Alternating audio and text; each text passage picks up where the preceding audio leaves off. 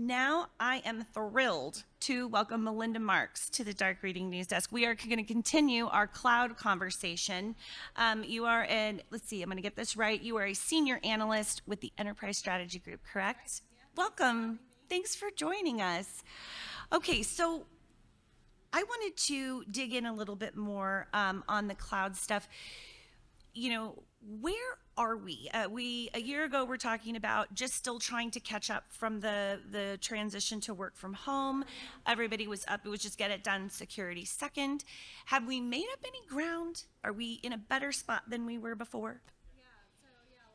A lot of remote work, a lot of enabling more businesses. To every type of business across every industry has to be a software development company these days to deliver applications for their employees, for their partners, for their customers. They want to build really dynamic applications that people can use, and everyone is doing business, transacting through mobile devices and online, so it's increasingly important. And for every organization, a lot of them are leveraging cloud services to gain that flexibility of not having to build the server infrastructure and the platforms, and just enable development teams to develop and build their applications and just push them to the cloud with minimal IT and ops teams, and then sometimes minimal security teams. So they're under pressure to deliver, to serve their customers, but make sure make sure that it's secure and there aren't any issues around opening up their applications for so many users.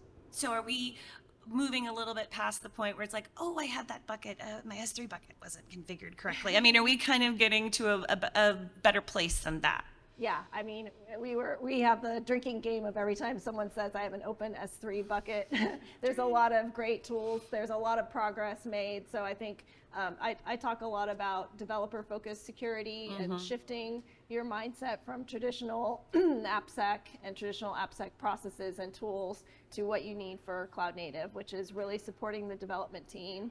Security teams aren't doing all of the security things. They're shifting left, so developers have more security responsibilities. So just like ops shifted left to empower developers, some of the security has shifted left, but the security teams need to be involved. They need to work with the development teams and make sure that they're collaborating with them, helping them get the right tools, so there isn't that friction that was happening for a while where security teams were playing catch up, and sometimes it was security vendors trying to push security tools onto developers and not wondering why that's not working.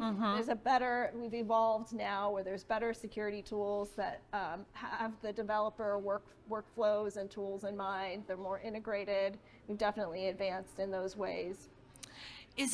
Have we advanced? Is it, I guess, carrot or stick is a little too simplistic, but I mean, have development teams bought into do they actually care about security, or are we just placing these security restrictions around their code development? Yeah, absolutely, they care about security. You talk to any developer, they don't want to be the one where their security issue or misconfiguration brought down their app or caused an impact on the business. And I think that's something that's key to security, working with application developers, is realizing that those goals are aligned across teams. So AppSec, we just did a study asking about AppSec general goals, and they're around better customer service, application uptime. These are things that are aligned with IT and ops. And also, what we see that's not always good is if IT and ops kind of say security is going to block us and slow us down, they're going to insert processes, so we're just going to take over. Ops is more involved in setting up security processes. And these things are all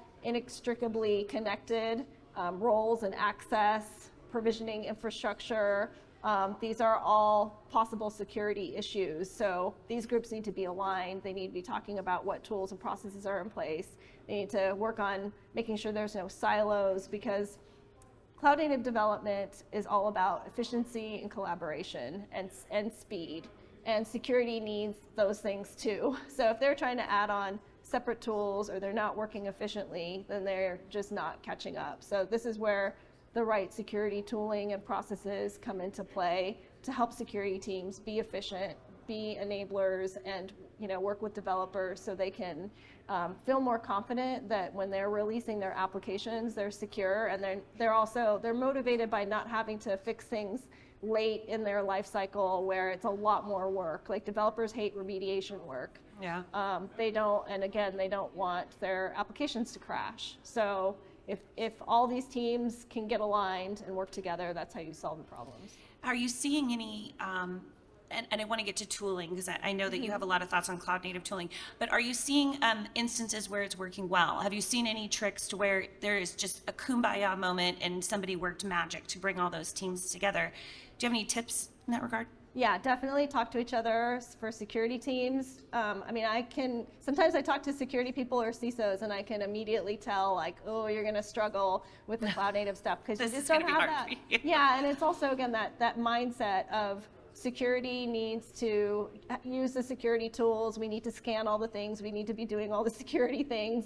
It's more, we need to build efficiency because it all starts with secure development and giving them the tools, because we've known about the need to shift left because we're just outnumbered, but it is give security the visibility and control they need so the responsibility shifts. So developer is doing the testing.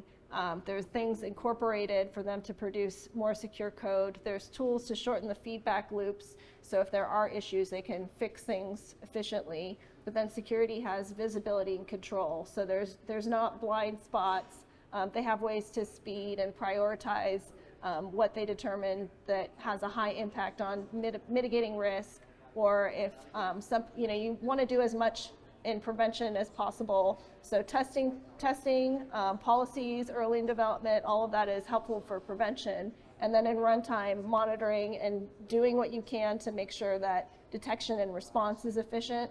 And again, the teams have to work together and the tooling has to work together, because that's how you integrate everything well, is get that efficiency and collaboration. Let's talk tooling. And what are those tools that you have your eye on, and why are cloud native tools important to integrate into your systems? Yeah, so the cloud service providers each have their own security features and capabilities built into their platforms. So it's important to understand those features and capabilities. There's really easy ways for developers to just enable that. Maybe it's a small company that's just using AWS or GCP to scale, and they can just enable security scanning and some security features. But then the other side of it is, make sure security has the visibility, and that's where some of the vendor tooling comes in, is ways to connect those tools so the security team has some visibility as to what testing tools are in place and what processes have happened.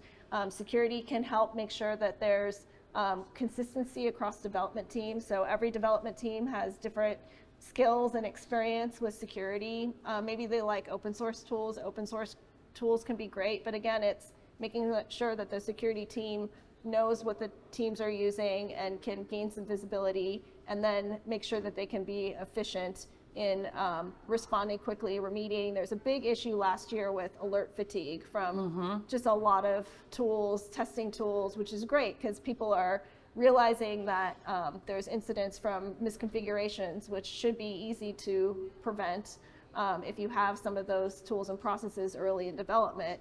But for security to efficiently manage that, it has to be done efficiently, and it can't overwhelm developers with things where they're just getting alerts and they don't know what to fix, or maybe they'll just skip fixing it because they have no context. So that's where the tooling really comes in, is that prioritization.